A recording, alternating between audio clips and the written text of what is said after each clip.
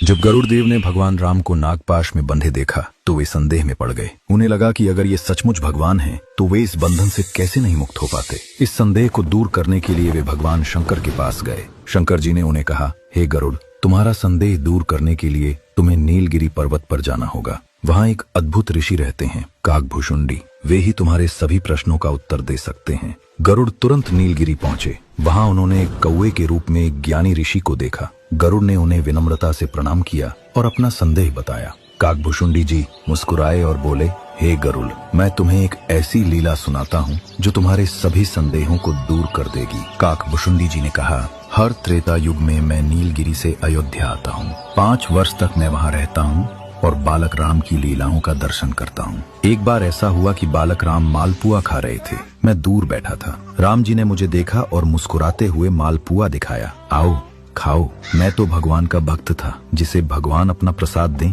वो कौन अभागा नहीं खाएगा। मैं तुरंत उनके पास जाने लगा, लेकिन जैसे ही मैं निकट पहुंचा राम जी रोने लगे। मैं डर गया और वापस भाग गया। फिर राम जी ने फिर से मुझे बुलाया, आओ आओ खा लो। मैं फिर गया, लेकिन फिर वही हुआ, राम जी रोने लगे। ऐसा 5-6 बार हुआ, जिससे मेरे मन में संदेह पैदा हो गया। क्या ये वास्तव में भगवान है? क्या भगवान अपने भक्तों के साथ ऐसा खेल खेलते हैं? नहीं, ये भगवान नहीं हो सकते। मैं तो माया के जाल में फंस गया था। राम जी वहीं बैठे थे, अपना हाथ फैलाए हुए। मैं भागने लगा। मैंने 7 रण पार कर लिए, 3 लोकों के 14 भवनों में भागा, लेकिन राम जी का हाथ मेरे पीछे पीछे दौड़ता रहा। मेरे शरीर और राम जी के हाथ की उंगलियों में केवल 2 उंगलियों की दूरी थी। मेरी बुद्धि चकरा गई। मैं वापस अयोध्या लौट आया। तभी राम जी ने अपना मुख खोला और मैं उनके मुख में प्रवेश कर गया। अंदर क्या देखा? करोड़ों ब्रह्मांड दिखाई देने लगे।